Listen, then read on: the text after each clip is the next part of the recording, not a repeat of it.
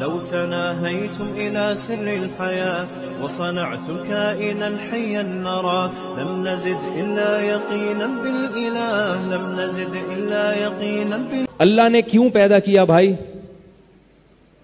میری مان کے چلو. اب جہاں اللہ کی مان کے چلنے میں یعنی اللہ دل جوڑنے میں اللہ خوش ہو رہا ہے تو دل جوڑنے کا کام کریں گے. جہاں دلوں کے توڑنے میں اللہ خوش ہو رہا ہے تو ہم اللہ کا دل نہیں توڑیں گے, مخلوق کا دل توڑ دیں گے, مخلوق کا توڑ دیں گے. اس سے بہت سارے مسائل حل ہو گئے, بہت سارے مسائل. خواتین کے فون آتے ہیں, میرے میاں مجھے پردہ نہیں کرنے دیتا, میں کیا کروں, ناراض. میں کہ ناراض کر دو اس کو. کیا خیال ہے بھائی؟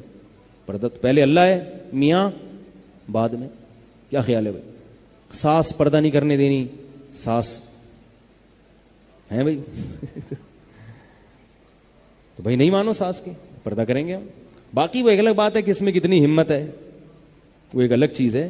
اصل یہی ہے کہ ہر جگہ دل رکھنے کی ہمیں آرڈر نہیں ہے. ہاں جہاں اللہ کا حکم نہ ٹوٹ رہا ہو وہاں دوسروں کا دل رکھنا یہ بہت بڑی عبادت ہے. اس میں مسلمانوں کو دوسری قوموں سے آگے ہونا چاہیے, کیونکہ نبی صلی اللہ علیہ وسلم کے اخلاق جب ہم پڑھتے ہیں تو اس میں آپ نے انسانیت کی کیا, جانوروں کی بھی رعایت کا حکم دیا.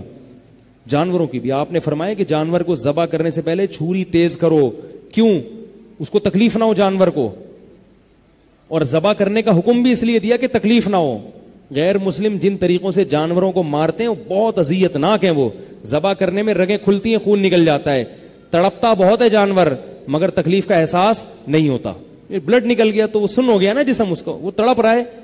اس کی مثال ایسے جیسے چھپکلی کی دم کٹتی ہے تو دم کتنا تڑپتی ہے مگر دم کو تکلیف ہوتی ہے. کیوں؟ دم کے پاس دماغ نہیں ہے اس تکلیف کو محسوس کرنے کے لیے, اور دم جو تڑپ رہی ہے اس کی تکلیف چھپکلی کو نہیں ہوتی کیونکہ چھپکلی کے پاس اب دم رہی نہیں ہے. نہیں یاری نا بات.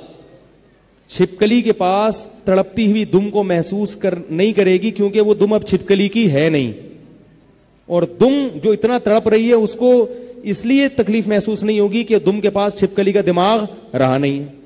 تو بالکل ایسا ہی ہوتا ہے جب ہم جانور ذبح کرتے ہیں تو بلڈ کا سرکولیشن دماغ کی طرف ختم, دماغ سوچنا ختم کر دیتا ہے, اس کو تکلیف کا احساس نہیں ہوتا.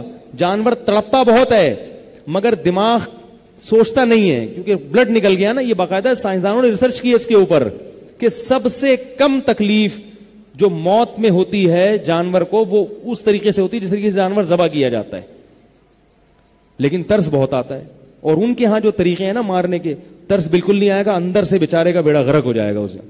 تو جب جانوروں کے ساتھ حسن سلوک کا حکم دے دیا اور اس میں بھی اعتدال سے حکم دیا کیونکہ انسان دین فطرت.